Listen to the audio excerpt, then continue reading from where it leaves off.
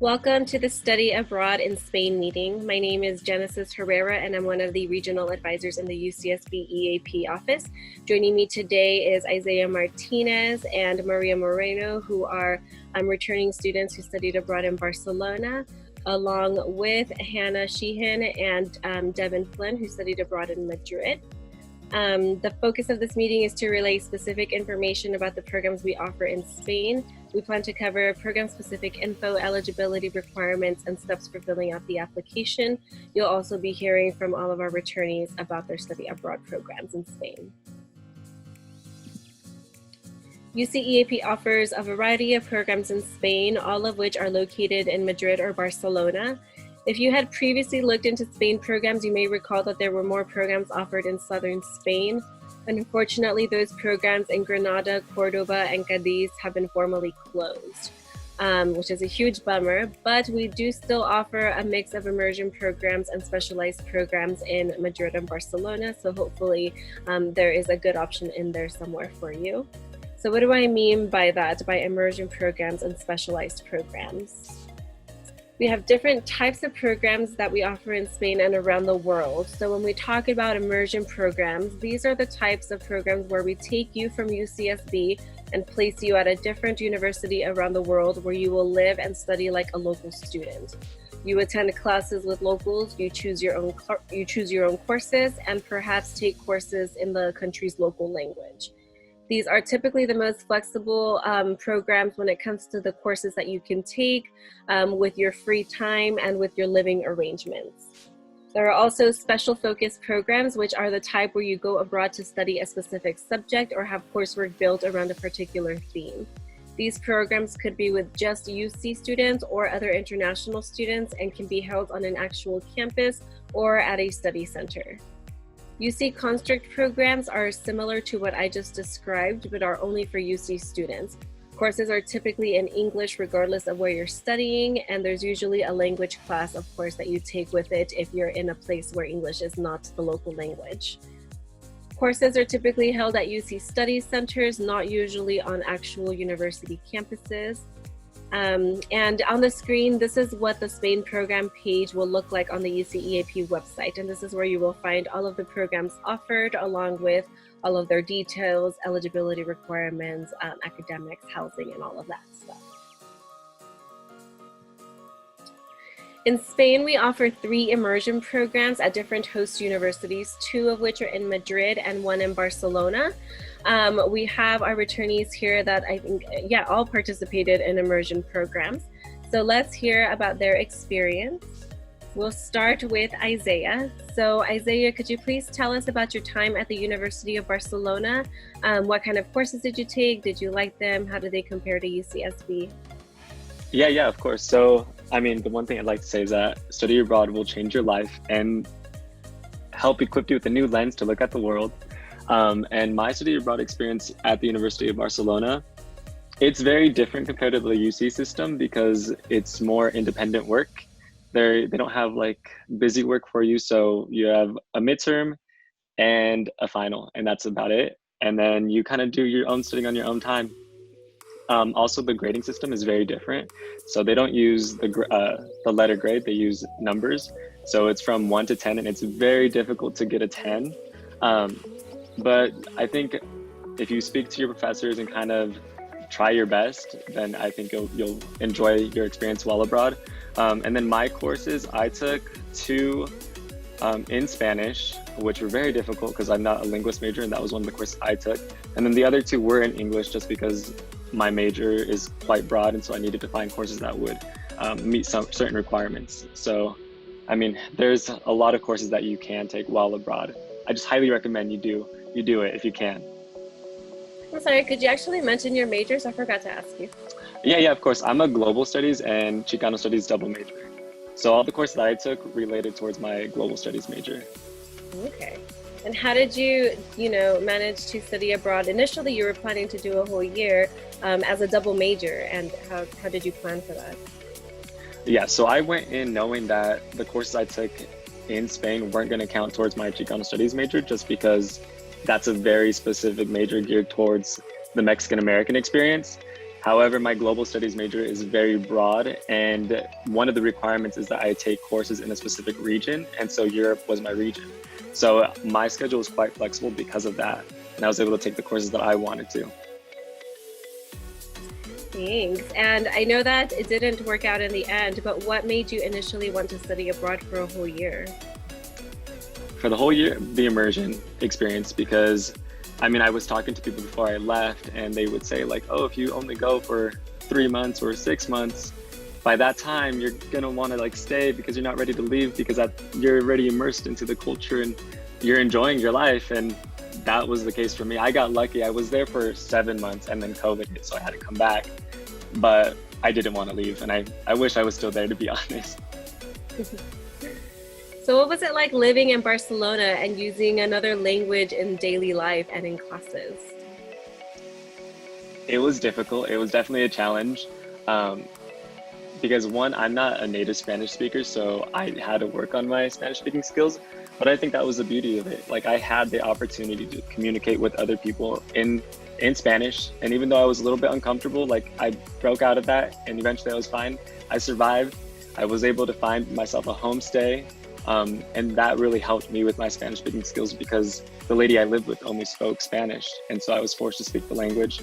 And then not only that, but the courses I took were majority in Spanish. And so I had to work on my academic Spanish a little bit more. And it just really helped with my speaking ability. Yeah, and for those of you who are attending, if you didn't know, Catalan is also another language that is spoken in Barcelona and really only in the Catalonia region of Spain. So Isaiah, was that ever a challenge, or what was that like with the Catalan? Yeah, so for the most part, everyone speaks Spanish there. You'll hear like people speaking Catalan, but once you start speaking Spanish, they'll like change and start to speak to you in Spanish. But you do have the opportunity to also take courses in Catalan, whether that be an intro course or if you already have experience in the language, they have other classes offered. And it's kind of fun because there are certain clubs where you can go and speak Spanish, but also speak Catalan. So you get to practice both. So I highly recommend if you can get a bit of that language as well. Great, thank you. So what about these photos here? Do they prompt any memories? What were you up to?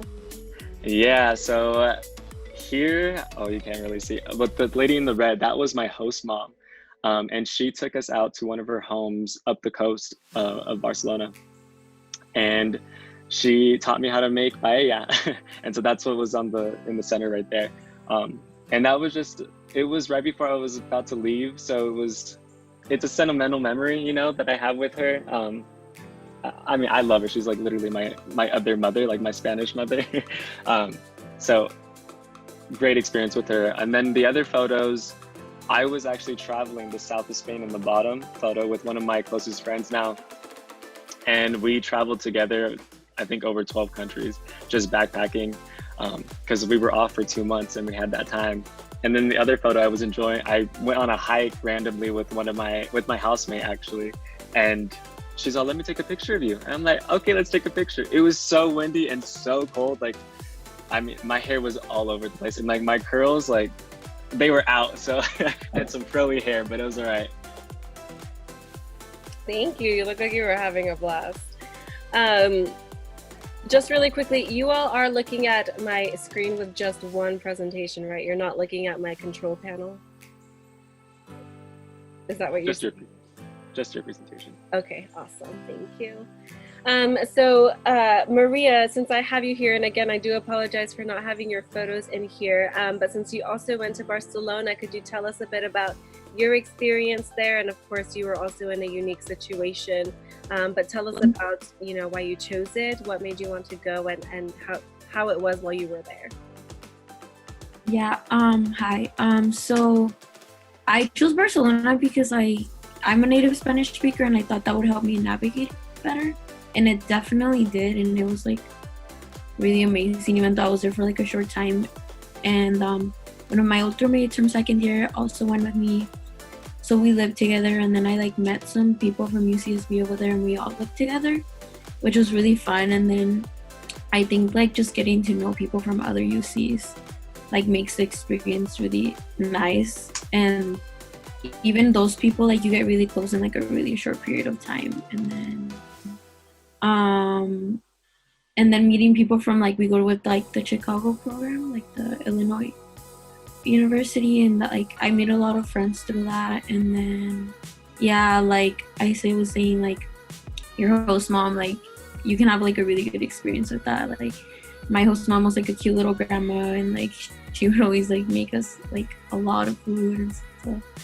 But yeah, and yeah, classes are pretty tough to find, kind of, like, for your major. I'm a double sociology and linguistics, and it was easier to find sociology ones, but it's also like you have to take in mind that your classes might not equal the ones you need for your major. Like, the ones you take there might not be the same equivalent of like your major requirements, so that's kind of tough to navigate. But yeah, like, that's something to be prepared for. So what did you take while you were there? I took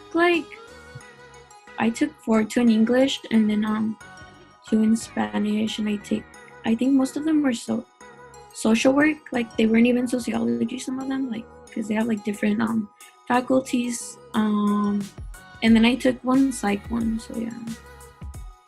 And considering you were there when the program suspensions were happening, were you able to finish up those courses online, or did you have to withdraw from them? Yeah, I finished all my schoolwork online. It was kind of rough, to be honest, because it was like also in summer session A was starting. You're still taking finals over there, since finals are like just a whole month. Yeah. So would you say, and again, given the fact that you were there with such a, rare thing that was happening around the entire world, was it worth it, having gone through all the trouble of applying and getting yourselves there? Would you say that you still had a good experience in the time that you were there? Yeah, I definitely say so. Like, even those like 2.5 months were some of the best memories I made. Yeah. That's so good to hear, hun. And did you live with your homestay the whole time while you were there? No, we lived the first 3 weeks, and then we found me and the other 4 UCSB girls found an apartment together. Yeah. Okay, so you have some options for housing there. Mm-hmm. And were you able to travel and see any other places before you had to return home? Yeah, it was mostly like within Spain. Like, I just went to like Tarragona and Valencia, and then I just went to Switzerland. Most of my other flights were post like COVID hitting, so yeah. Well, that's good to hear that you still got to see some places. Do you plan to go back at all ever post-grad? Yeah, definitely. All right, thank you. We'll have both of you, of course, share more at the end during Q&A. Now I'll move on to Hannah, who studied at Complutense University in Madrid, so we're shifting cities here. But Hannah, same type of questions for you. What kind of courses did you take? Did you like them? How did they compare to UCSB? Yeah, so the courses, just like the university system there generally is pretty different. And honestly, like the UC schools, I feel like they're just like a lot more organized. And so I was like feeling like, I don't know, it's like I had to be very independent about it, but they have this kind of like week, or this period of a couple weeks in September where you can just go and like sit in on classes and like figure out what you want to take. So I just would like sit in classes, and I ended up choosing 3 classes in Spanish and then 1 in English. The 1 in English was like a history of feminism class, and then the other 3 applied to my major, and they were like literature, mostly literature classes. And yeah, the university was just like super different than anything I'd experienced here, because I don't know, I felt like it was much more tight knit, and like all of the majors are pretty small, so all of the students kind of know each other, and they've known each other since they started at the university. So in that sense, it was like kind of comforting, because it was like really small and tight knit, and you'd always see the same people around, but at the same time it was like kind of hard to like, it was intimidating at first to like break in and like meet the other Spaniards. But the professors were super accommodating. Like, we would introduce ourselves at the beginning of class, and they were like, I don't know, very excited to have American students. And like, if you make the effort to introduce yourself and kind of, I don't know, get to know them, then like they're very helpful in terms of just like, because it can be really scary to be in a class with a bunch of people from Spain that already know each other.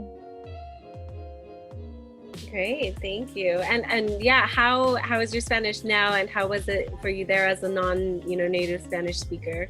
Did you do okay? Did you survive? Yeah, it was definitely really intimidating at first, but I think my Spanish improved so much, especially just I feel like I was I don't know, I feel like I kind of knew what was going on with grammar and stuff, but just I don't know, the way they actually speak colloquially, it was definitely an adjustment, but I don't know, I feel a little more in the know now with all the slang, which is exciting. And remind me, were you also one of our year-long students who was impacted? No, I stayed until February, but I wish obviously it would have been different, but the whole time I was there, I was oh my God, I wish I was here for a year. I wish I was here for a year. So do a year. And I have a few more pictures of you here that you shared. So do these prompt any memories for you, or what were you up to? And I thought the bottom one was just really cute. So I don't know if there's a story with it or if you just took it randomly, but it's really cute. Yeah, so the top photo of us on the beach, that was me with some other UC students, and a couple weeks into the program, the end of August, we took a trip to the north of Spain to San Sebastian, and it was just one of the most magical weekends I've ever had.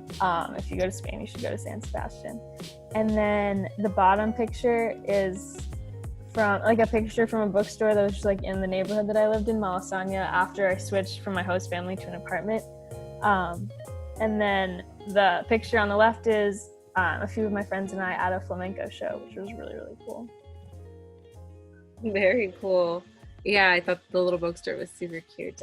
So yeah, it's different to be in a place where you can find things right around the corner, or downstairs from your apartment building. Very cool. Is there anything else that you want to share for now about your time in Madrid, or did you go to any other places while you were there? Yeah, I feel like I mostly traveled outside of Spain, but I really recommend Portugal. You should definitely go to Portugal. And yeah, I think that's it for now, but it was the best time of my entire life, and I'm planning on moving back next year, hopefully, if I get into grad school. So we'll see how that goes. And yeah, go to Spain. Awesome. Well, again, I'll open it up for Q&A at the end, so we can share more at that point. Thank you, Hannah. And Devin, again, I apologize to you as well for not including your pictures here. I know these are not yours, but do please share with us about our last of the immersion programs in Spain, which is Carlos III University, also in Madrid. So I took classes all in English, and then they were all for my major, which is communication. And the classes in Madrid at this school were different because it was very group work based, at least in the major, and a lot of presentations instead of homework, which was something to get adjusted to since everyone there is not American, and a lot of them are just other Europeans too, so it's really intimidating because they're so much cooler than us. But it was a really cool school, and it was very immersive, I'd say, too, because everyone around is there's just courtyards, and all the Spaniards are just smoking and eating their bread with tomatoes on it all day. So could you share with us also your major and the classes that you took there? So I'm a comm major. I took consumer behavior, it was called, and I think the second one was something about collaborative businesses, how businesses are structured. I don't remember the exact name of it. But the consumer behavior one was all about advertising and a lot of presentations about that. And then the other one was just about, we'd analyze different businesses and see how we can compare it to what we were learning in class. And how were those compared to your courses at UCSB, or did you like them overall, or did they end up not being what you expected? I like them. I just don't really thrive presenting in person. The first presentation, I was shaking and stuttering, and the Spaniards in the front row commented on it, which was a little embarrassing, but it was fun. I liked them. They're a little bit harder, and like the grading scale, like I think Isaiah said, it's just 1 out of 10, and it's like a 10 is impossible, and like a 7 is like a B plus. So it's just kind of weird adjusting to the grades you're gonna receive when you're in Spain, but they transfer in a way that it makes sense. Definitely. Where did you live, and could you talk a bit about the location of the university in relation to the city? So I lived right by Plaza Mayor, or Seoul, which is kind of the most central touristy area, which I wouldn't recommend. I'd recommend Malasaña, like Hannah lived in. But the school itself was about an hour and 15-minute commute. We take like a train and then a metro to get there, or a metro then a train. But it was kind of nice to just have those mornings to do your homework that you had left over and whatnot, and just listen to music on the metro.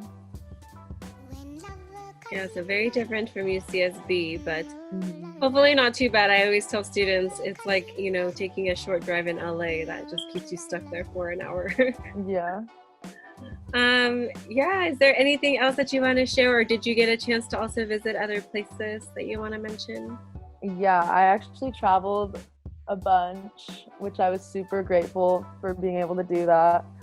But my favorites would probably have to be, I also loved San Sebastian, super underrated, you have to go. And Berlin and Amsterdam were probably my favorite outside of that. And definitely Oktoberfest if you're there in the fall. That sounds awesome. And you were there in the fall, so thankfully you were not impacted by the COVID outbreak, so that's good. But I know that you in the past have mentioned just the challenges of getting adjusted. So is there anything you want to say to that for students who might have a lot of fears about going to this whole new place all on their own? Yeah, so Spain is really intimidating, or maybe at least Madrid. I don't know much about Barcelona. I sadly didn't get to visit, but the people aren't really particularly friendly to dumb Americans. They're not mean, but they're also not going to accommodate to your language at all, is from my experience. So it was kind of just a lot being around people that just like, I wasn't that good at Spanish yet when I got there, and like, I don't know, it wasn't like fully easy, and I got super homesick and super anxious about it. And it's also, I was in a touristy location, which didn't help because I don't love crowds. But time heals all, you get adjusted, and then you start to have a bunch of fun. Yeah, and thank you for sharing about that. It's something that I know is on a lot of students' minds, and just the anxieties of this whole new process. So if that is what you were feeling as you start to learn more about study abroad programs, know that you certainly have not been the only one, and that a lot of our students go through that. But as Devin said, hopefully with time you're able to, you know, really get adjusted to your host city and feel like, you know, not just a tourist, but like a student there. And please do talk to us if you have more concerns about that, and we can connect you with other returnees like Devin and these other folks for you to connect with. So Carlos III is the only immersion program in Spain that does not require a certain level of Spanish in order to attend. They offer a lot of English coursework for their own students, so our UC students are able to go and take advantage of those courses, and then of course we take a Spanish language course during the semester as well. But this has become a very popular program because of that, so unfortunately there is now a limited amount of students who can be selected to attend. However, UCSB is a top sender, and we currently have 90 spots allocated to us for next fall. So hopefully space will not be an issue, but I do say this so that you all know that if I do receive more applicants than I have spots for Carlos III, I will unfortunately have to go into more of a selection process. I will first, of course, urge those who meet the language requirements for Complutense to perhaps switch universities they're applying for. If your goal is just to be in Madrid, but you can also go to this other university, I will urge students to do that. But although Complutense and Barcelona actually currently both have a language requirement, we've been told that there's actually much more English coursework available than before. So we might have some flexibility with the language requirements for Barcelona and Complutense. If you're already interested in any of the host university programs, I highly encourage you to pursue those and talk to me if you have any concerns about those eligibility requirements, and hopefully, we can get something figured out. But just know, Carlos III is technically impacted, but we have a lot of spots. But still, I would recommend that you have a backup option just in case you apply to this program and you do not get a spot. Then we would let you apply to something else. So moving on to the rest of our programs in Spain, these on the screen are our special focus and UC programs. I won't get into these too much in detail because they're a lot more structured and straightforward, so you can read more about them on the UCEAP website on your own. However, I do want to point out specifically the two middle programs on the screen here, since they have a limited amount of spots as well. The International Business Economics program runs in winter and spring quarters only and is for econ majors only. It is a specialized program where students take courses at Pompeu Fabra University in Barcelona with local Spanish students, but with coursework in English. There is also a limited amount of spots for this program, so if this is one that you're really interested in, please talk to me at some point just about, if this is the right fit for you and what you can do to kind of make yourself a stronger candidate.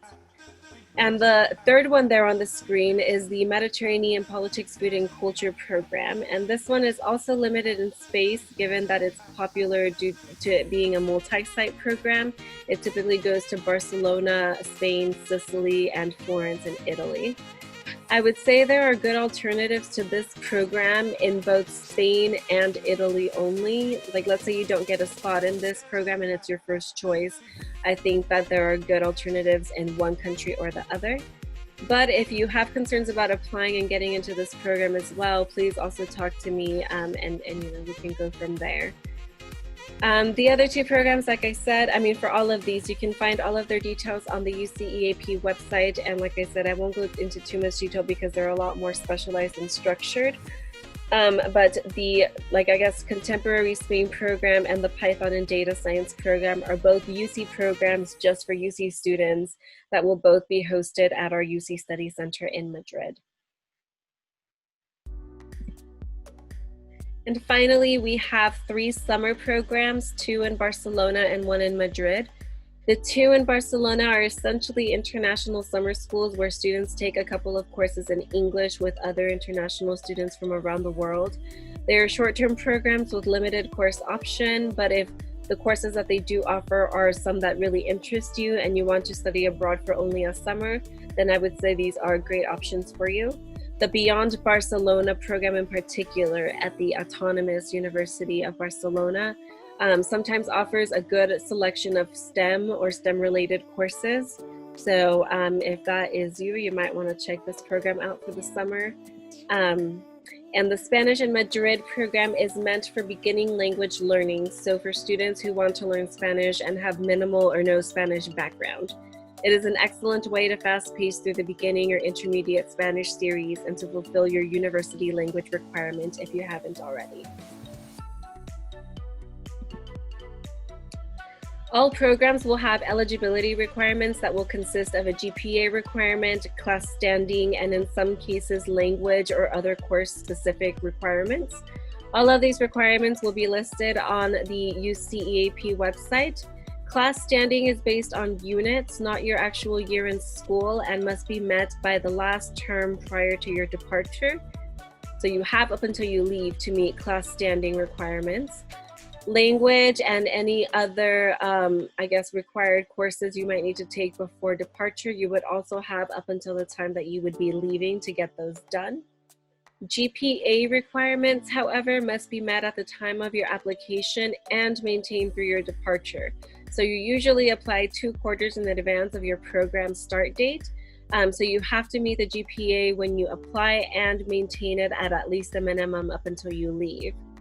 If you have concerns about meeting the GPA requirements when it comes time to apply, please talk to us as soon as possible. In some cases, we have some flexibility with the GPA requirement if you don't quite meet the minimum, but let's say you're pretty close. It's not guaranteed and there is not flexibility with every single program, but at least come and talk to us about it.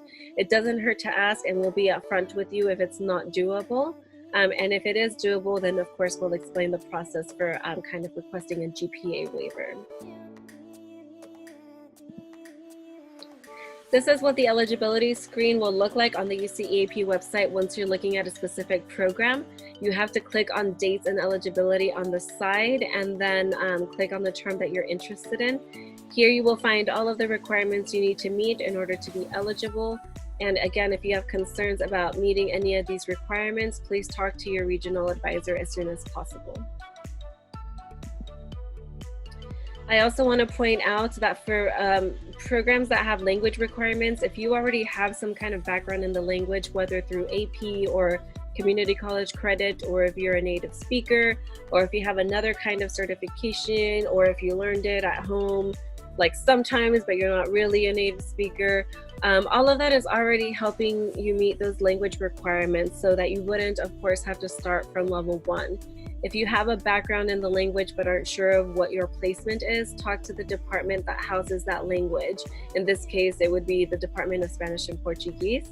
They will be able to help you, and we will also communicate with the Spanish department to confirm language eligibility for students who need it. So we take, whatever recommendations the Spanish department gives, so everything goes through them. And you can see their website here on the screen, again, for instructions on how to complete a placement exam if you're a second language learner, or a fluency exam if you're a native or heritage speaker.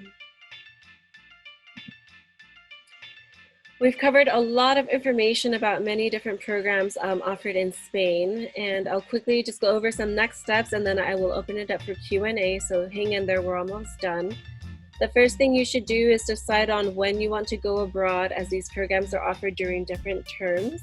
Attend more info sessions this quarter if you're still looking for other information regarding EAP, or if you're still deciding on what program you want to actually apply for. We will be having more country info meetings this week and more topical meetings later this month and early next month. Again, just on a couple of different topics, like based on identity or a couple of other things. So definitely check out our info meeting calendar, which is on our website. Chat with returnees like Isaiah, Hannah, Maria, and Devin to hear about their experiences directly from them. We have a whole team of peer advisors and returnee volunteers who are our ambassadors, who are available to help you on your journey. You can find our calendar of events, our PA and open hour information, how to Zoom with us during our open hours, the advisor drop-in info, and all of our application deadlines on our website. If you don't already have one, apply for a passport as soon as possible. If your passport will expire anytime soon, you should also apply for a renewed passport. Students must have passports valid for at least 6 months after the projected end date of their program, so plan ahead. And for Spain in particular, the passport requirement is pretty strict, and we will need a copy soon after you submit the application if you don't already have one. So again, your passport needs to be valid for at least 6 months after the projected end of your program. So make sure that you, again, just plan ahead. Look through the courses offered on these programs through the Gaucho Credit Abroad database and the UCEAP course catalog, as well as the host university website catalogs. All of this information can be found on the academic section of the program pages on the UCEAP website. And if you plan to study abroad next summer, following year, you will have to apply this upcoming winter quarter. The deadline for all Spain programs is January 12th, so pretty early winter quarter, with the exception of the multi-site program, which is actually due earlier on January 5th. And again, all of our deadlines are on our website. Please email me or sign up for an appointment if you have more questions about programs in Spain. You can sign up for an appointment on Shoreline during my drop-in hours, which you can see on the screen, or if you cannot make the times listed on the screen, please email me for a separate appointment. And some final words of advice: look into all of the possibilities you have with UCEAP and take a chance and apply. I know things are very daunting right now with the uncertainty of what will happen these next few months, but you have nothing to lose by giving it a try. Studying abroad is a wonderful experience that you definitely don't want to shut yourself out of. So thank you all for attending this session and for the returnees for speaking. I will now stop recording the session and open this up for Q&A. So please stay on the meeting and we can chat in just a sec. I'll stop recording now.